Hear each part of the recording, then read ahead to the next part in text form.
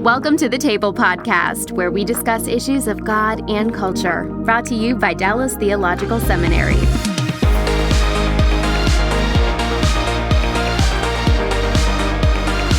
Welcome to the Table, where we discuss issues of God and culture. I'm Mikel Del Rosario, Cultural Engagement Manager here at the Hendrick Center at Dallas Theological Seminary. And our topic on the Table Podcast today is hypocrisy, deconstruction, and keeping the faith. I have a very special guest coming to us today via Zoom. She is Mary Jo Sharp. Mary Jo Sharp is the Assistant Professor of Apologetics at Houston Baptist University. Thanks so much for being on the show with us today. Hey, it's good to be back, Mikel. Yes, we used to have you here in studio before COVID happened, and one day we'll have you back in studio again, Lord willing. Yeah, that'd be great. Next time you're back in Houston. Now, you're on the West Coast right now, yeah? Yes, out in Portland, Oregon. Mm-hmm. Well, Mary Jo, you are known very well for the work you do in apologetics and defending the faith. And you also wrote this book called Why I Believe, and the subtitle is A Former Atheist's Reckoning with the Bad Reputation Christians Give a Good God.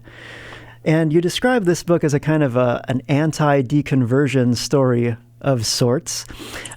We hear of Christians, even high-profile Christian ministry leaders, deconstructing, re-examining things that they believed, and then end up deconverting. But in your case, this wasn't the path that you took, because you actually didn't start out believing in God. So tell us a little bit about your journey to faith.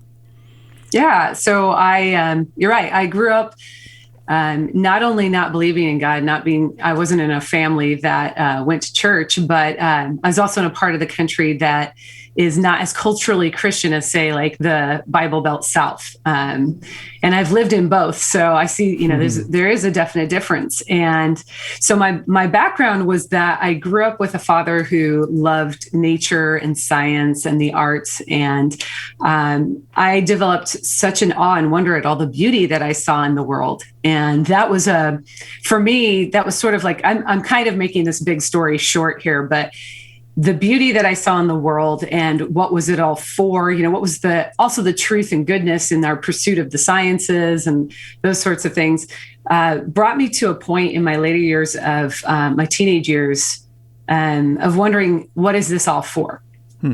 And wondering, like, is this, is this grand beauty I see in the universe and through what humans can do in the arts? Is it, eventually it's just for nothing because the universe dies a heat death or something, and that's that. And that didn't make sense of my experience to me. But I had a high school band director who was a Christian man who hadn't shared his faith, and specifically like with a student in the public schools. He was very worried about that, but he was burdened for me. And in my senior year of high school, when I was going to, go off to college, he said, "Hey, when you go off to college, you're gonna have hard questions." And he handed me a Bible and said, "I hope you'll turn to this." And what he did was he kind of hit me at the right time when I was having these questions of meaning and purpose and what's all this beauty for. I had a really good high school music program. And so when I talk about being impacted by the arts, I was very personally impacted by the great beauty that we can achieve through the musical arts, for instance. So, he hit me at the right time when I started being able to formulate those thoughts. And when I went off to college, I started investigating church and faith on my own. And I found a church where the gospel was clearly presented to me. And I understood, I had read the Bible. I didn't say that. I started reading that Bible that he gave me and started coming around to, this makes sense of all that I'm experiencing. It makes sense of the beauty I see in the world, because there's like an artist behind it. And when I got to, college and I started investigating on my own for the first time, I heard the gospel just communicated very clearly about our need for a savior. And that made sense to me. And that's when I became a believer in God, was in college. Well, when you decided to check out church and attend church for the first time, you tell a lot of very personal stories, I think, in your book. And God bless Roger for allowing you to share a lot of these back and forth with him. And some of these really actually hurtful experiences that you had in the church and some of the hypocrisy that you saw. Tell us a little bit about your church experience as an atheist convert now going into church. Yeah. It was hard sharing these stories with Roger because he had to walk back through all of them with me, and we had to choose which ones were more profitable to share. And one of the ones that I talk about, I think epitomizes, some of the others, and you could even say even the worst ones, in that it was my very first day to go to church as a person who had just accepted Jesus.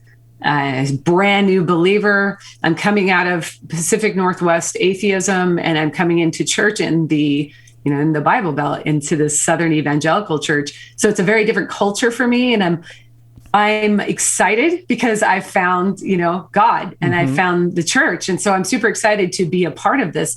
But then at the same time, I'm very nervous because it's intimidating to me. I don't know anything about this culture. I've even, at this point, I'm married to Roger, and I'm trying to pick out a dress, and I own two because we were both poor college students.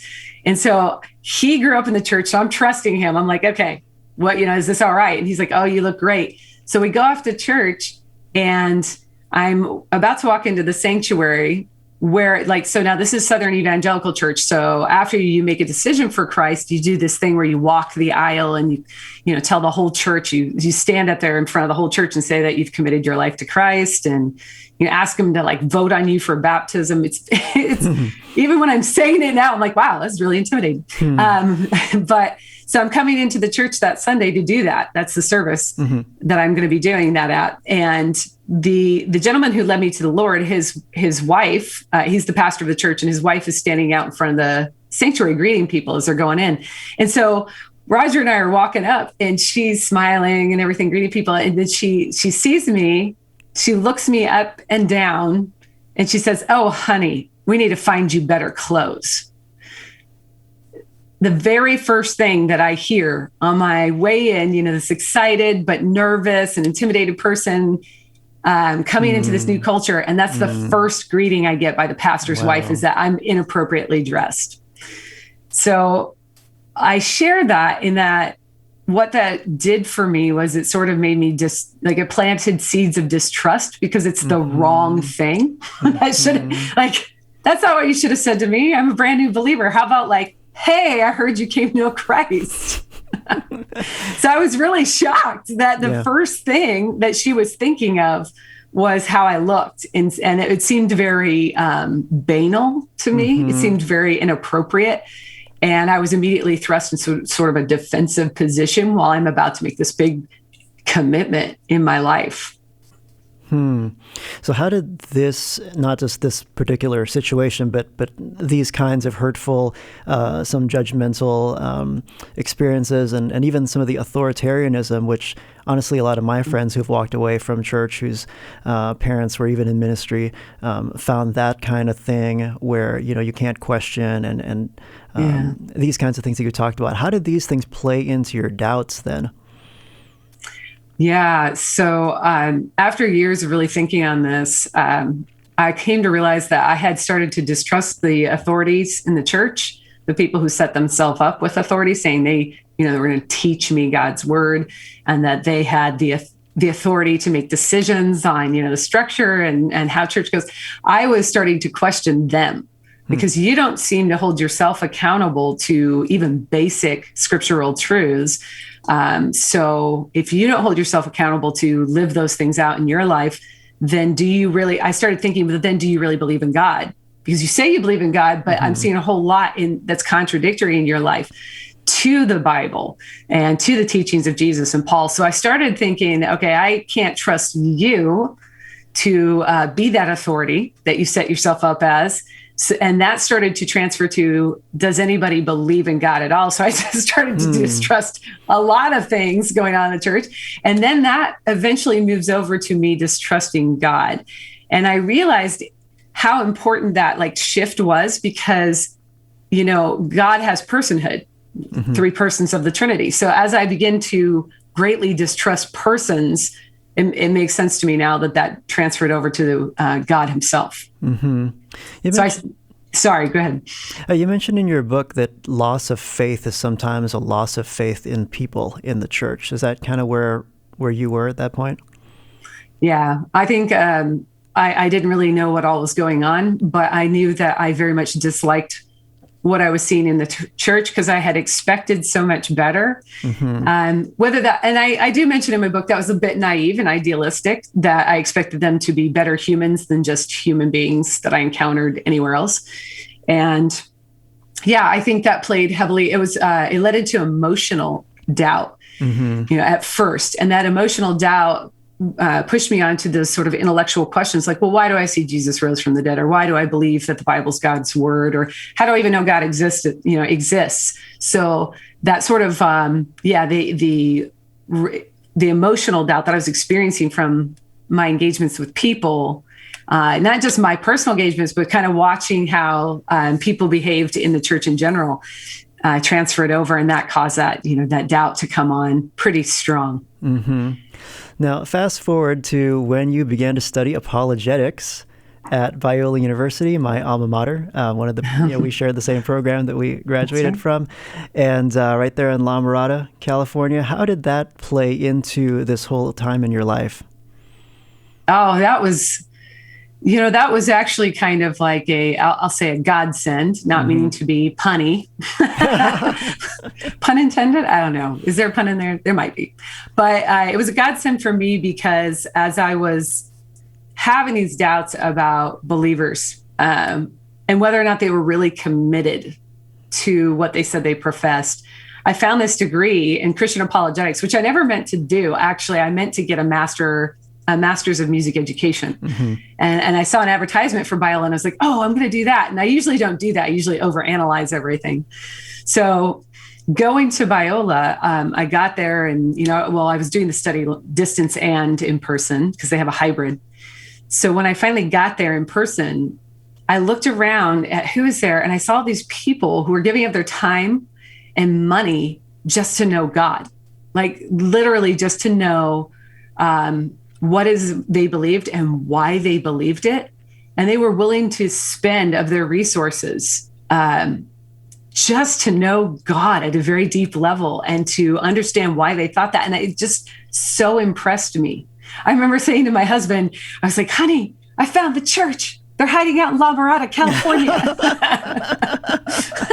Because I'd never experienced anything like this. And I don't mean to shame everybody else, but it's just because that's not everybody's thing. Right? Apologetics isn't everybody's thing. But it just felt so like welcoming. And so, and I'll use some of the deconversion terms. It felt very liberating to be around people that were serious about understanding why they believed what they did. And that was it was a huge turnaround for me. And I met some amazing people while I was there who really influenced my own Christian walk. So. So at this point, anyone working in this space in helping to help people defend the faith and to think through the tough questions about Christianity, you get a lot of flack that just comes with the territory, right? Yeah. How did you start to make sense of the hypocrisy you experienced in the church, on the church side, and then the flack that you got on the atheist side? Oh, that's a fun question. I think for me, that would go back to my understanding of the problem of evil. Through apologetics, I was exposed to this philosophical and theological argument about that experientially taught me that everybody is going to do wrong things. They're going to make wrong choices. And so I started to see that no matter what I do, somebody is always going to be on the attack. And it was the problem of evil that made me really okay, breathe that in, really take that into consideration that that's going to happen. Because I don't know where every individual is at in their own walk and their own spiritual journey. And so some of them are very not believing, they don't believe in God. They're on the other side of things. And they're very, some of those people, not all of them, are very angry with their experiences in the church. And so they dealt with hypocrisy in the church. They dealt with psychological abuses or traumas or things that happened in the church. And now there are some people out there that were engaging with me that were very angry about the church and the way that she had behaved in their own life. And so I considered, I don't know who I'm encountering out there. Sometimes they're real friendly and, every once in a while I get a real intellectual person that would just want to engage me as I was online. But sometimes I get people who are very angry, and dealing with my own situation of the hypocrisy that I saw amongst believers in the church, I get that. I understand that. Like, I understand where they're coming from. So it's not intimidating to me. I'd rather get past like the ad hominems that come as a result and figure out where they're coming from. Now, you also asked about how that affected my view of the hypocrisy in the church.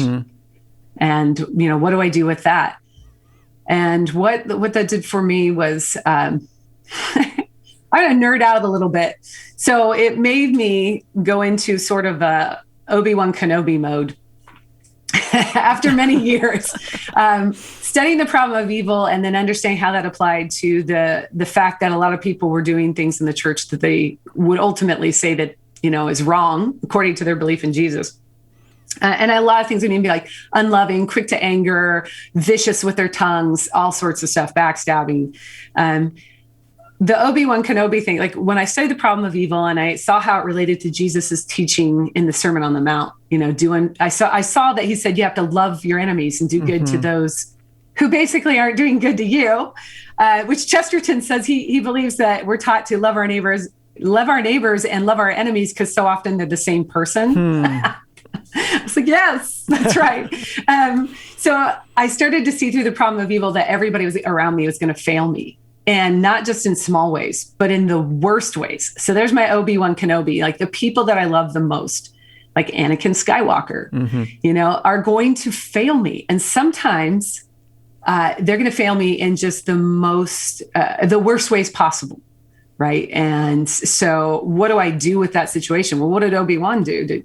He doesn't fall to the dark side along with Anakin. He doesn't give up the Jedi ways.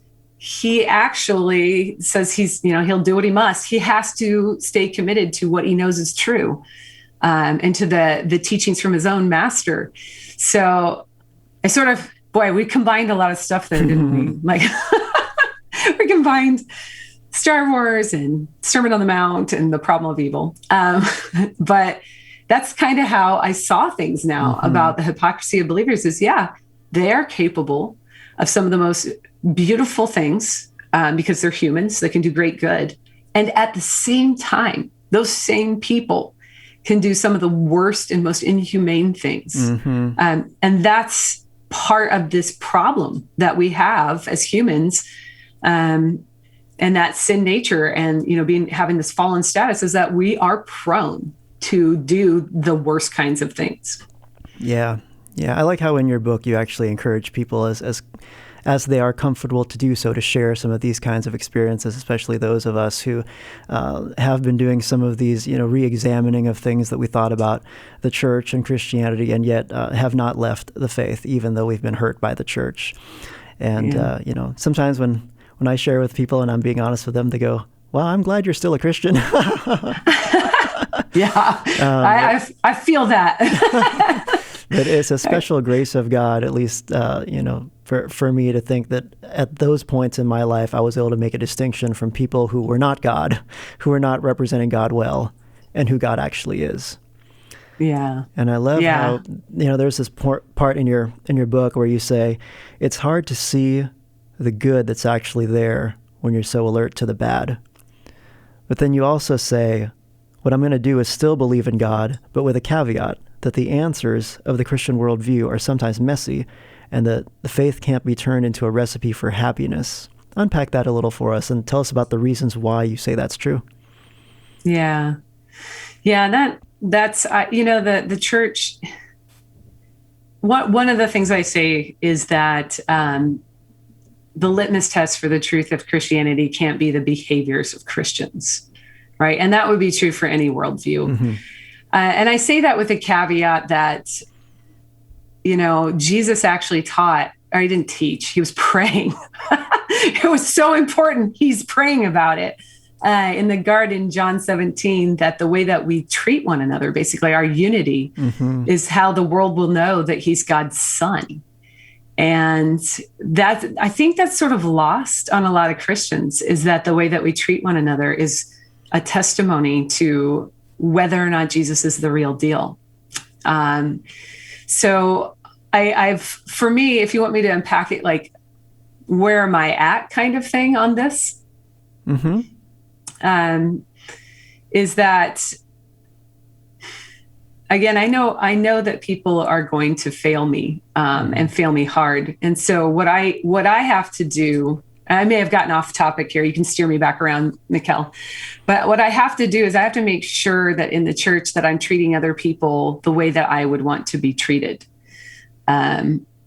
Because I'm responsible for the John 17 passage. I'm responsible for trying to bring about the unity of believers, this idea that we can disagree or we can have differences of opinion, but I'm still responsible for excellence in relationship with others.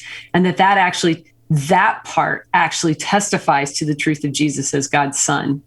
So a lot of times I have this feeling that people believe that their commitment stops at rational propositions and the truth of those. But they need to take it into consideration. Well, what does that mean about how you should live your life and how you should treat other people? Because there's an objective truth to be found there as well. There's this idea of being objectively loving. And, Jesus teaches us both, that they go together. So for me personally, and I really do think I've gotten far off from your questions. Like I said, steer me back around if we need to, but I have to, I try to make sure that what I'm doing in my daily walk, no matter what anybody else in the church is doing, no matter how they've hurt me, my responsibility, and it's not just a responsibility, it's sort of like it's ministering to my own soul, is to be in right relationship with Jesus and for me to do what's right, and not worry about, are other people going to treat me well? Because I know they're not. Yeah. I mean, this is the reality of living in the fallen world. So it comes across a lot, though, as a glass half empty type situation. And it's not really. It allows me space to enter back into the church with a little more wisdom about what I should encounter there. So now bring me back around. Did I answer the question or did I take it off somewhere else? You said that faith can't be turned into a recipe for happiness. So that's what it was. Thank you.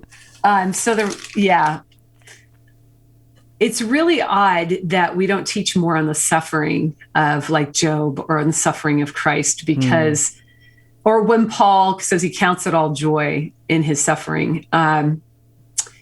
I think it's tough for us living in a country where we don't really suffer as much. Sometimes in physical ways, like we don't have to worry as much about where food's coming from or shelter or things like that. When we live in sort of a wealthy society, we don't really suffer like we see some of the early Christian suffering, where they were heavily persecuted to death in the worst ways.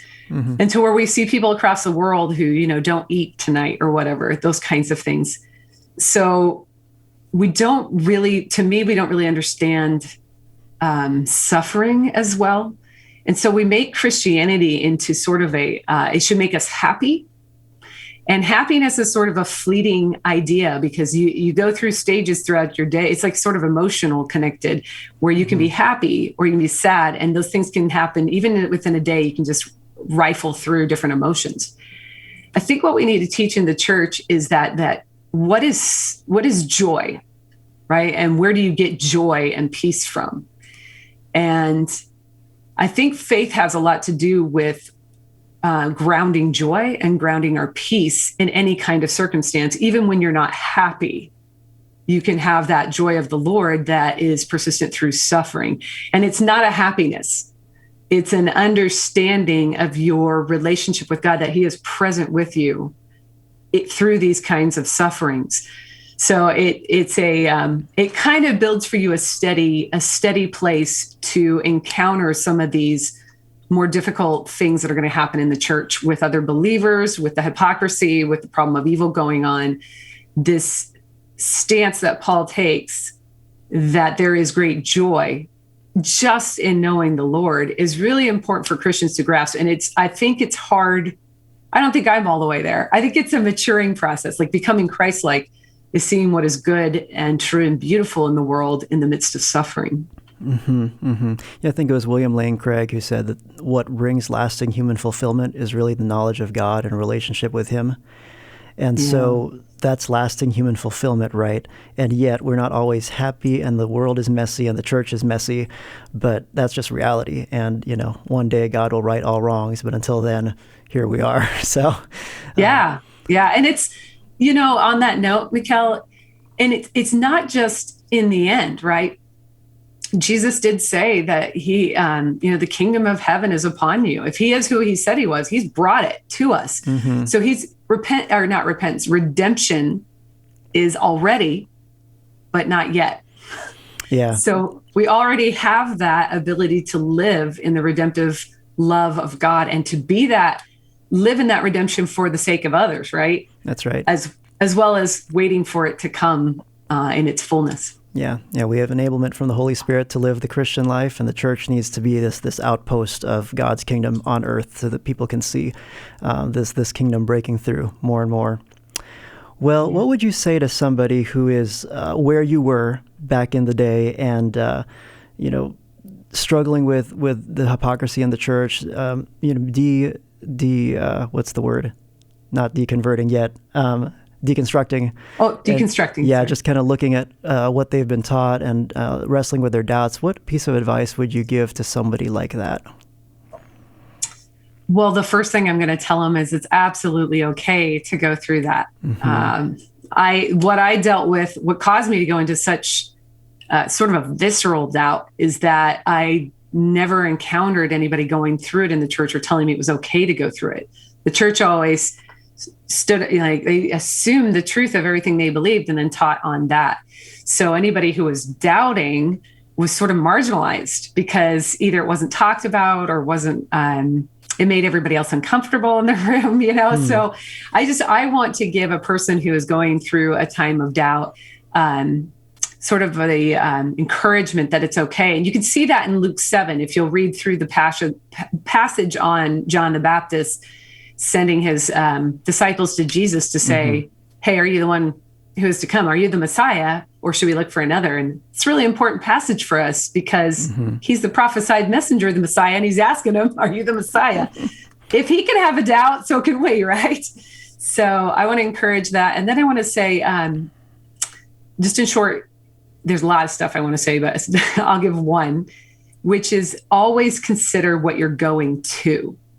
Okay, so deconstruction is all about picking apart the Christian faith, if you're a Christian, right? So you pick apart the Christian faith and people will say, this is a problem for me, or this part of, maybe it's the problem of evil, maybe it's the science and religion or whatever they're trying to work through. But then they don't talk about, so if I don't believe in Christianity, then what am I going to believe? And really work through that, deconstruct that worldview as well. What are you going to? So I ask this because I think what's happening is a lot of the Christian philosophical framework is actually coming along into that new belief, but they're saying they reject it.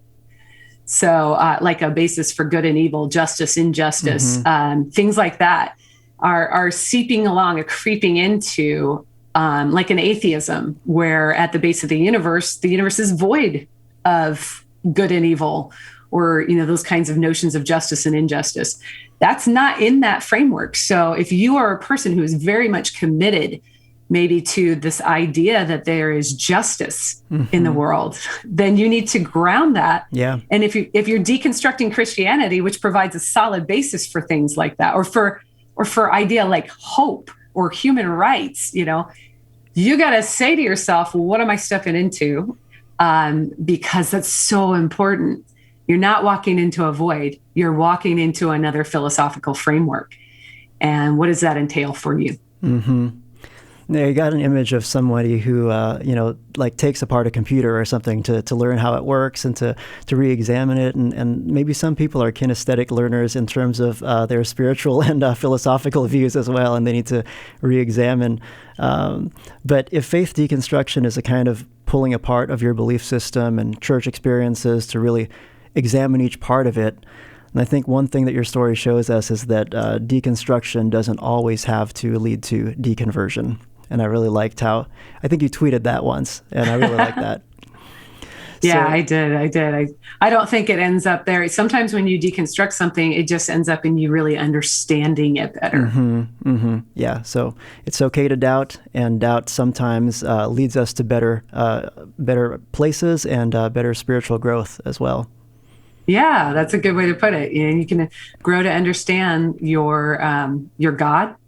You can grow to have a stronger relationship with him in knowing who he is. Yeah, well, thanks so much for spending time with us. Mary Jo Sharp's book is Why I Still Believe. Thanks for being on the show, MJ. Yeah, thanks for having me. Good to see you again. You're welcome, and good to see you too. And we hope that you will stay with us on the table as we continue to discuss issues of God and culture. I'm Mikel Del Rosario. Please do subscribe and leave us a review on Apple Podcasts. It really helps out the show, helps other people discover our content. And we hope we'll see you next time as we continue to discuss issues of God and culture. Thanks for listening to the Table Podcast. Dallas Theological Seminary. Teach truth, love well.